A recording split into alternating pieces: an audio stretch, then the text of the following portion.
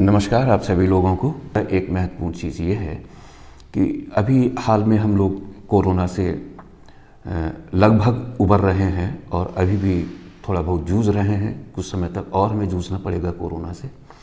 इस तरीके के जो इन्फेक्टिव डिसऑर्डर्स हैं,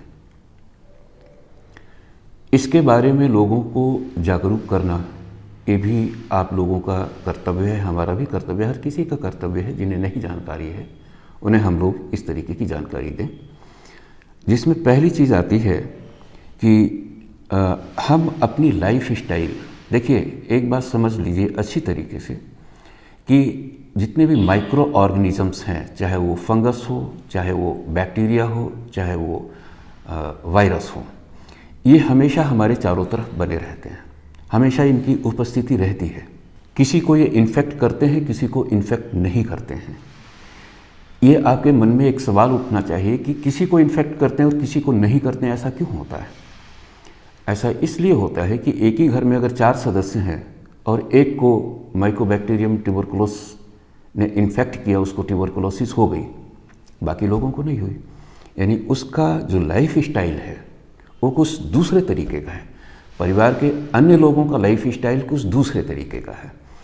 तो सही लाइफ स्टाइल क्या होनी चाहिए, हमारा जीवन किस तरीके से हो, किस तरीके से हम चीज़ों को छुएं, समाज में हमारा लोगों के साथ किस तरीके का व्यवहार होना चाहिए, खाना पीना हमारा कैसा होना चाहिए, किन चीज़ों को परहेज़ करें हम, किन चीज़ों को अपनाएं, इस्तेमाल करें, कितनी डिस्टेंस को मेंटेन करें, कहाँ बैठें। देखिए बहुत छोटी सी चीज़ है, क्या होता है कि ट्रेन में हम लोग सफ़र करते हैं, पानी की बोतल खोली, ढक्कन उसका खोला और किसी तरीके से हमारी असावधानी से ट्रेन में झटका लगा, वो ढक्कन नीचे गिर जाता है।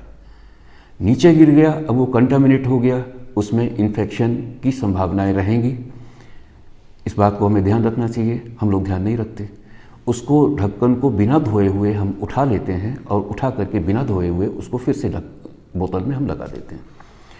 ये छोटी छोटी चीज़ें लेकिन बहुत ही महत्वपूर्ण चीज़ें हैं जिन पर हम लोग ध्यान नहीं देते, जबकि ध्यान दिया जाना चाहिए।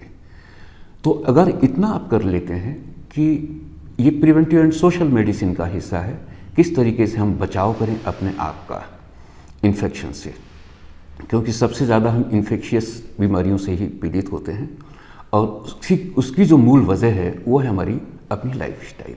तो हमारी लाइफ स्टाइल इस तरीके की हो कि कम से कम लोगों से हमारा स्पर्श हो, पर्याप्त दूरी बना करके रखें, जो बाहर की चीज़ें हैं जिनसे हम अभ्यस्त नहीं हैं, जिसके बारे जानकारी हमें नहीं है, ऐसी चीज़ों का हम कम से कम स्पर्श करें। और अगर स्पर्श करते हैं तो इसके बाद में अपने हाथ को हम सैनिटाइज करें, उसको हम साबुन से धोएं, या जो भी सैनिटाइज़र आपके पास उपलब्ध है उसको हम इस्तेमाल करें।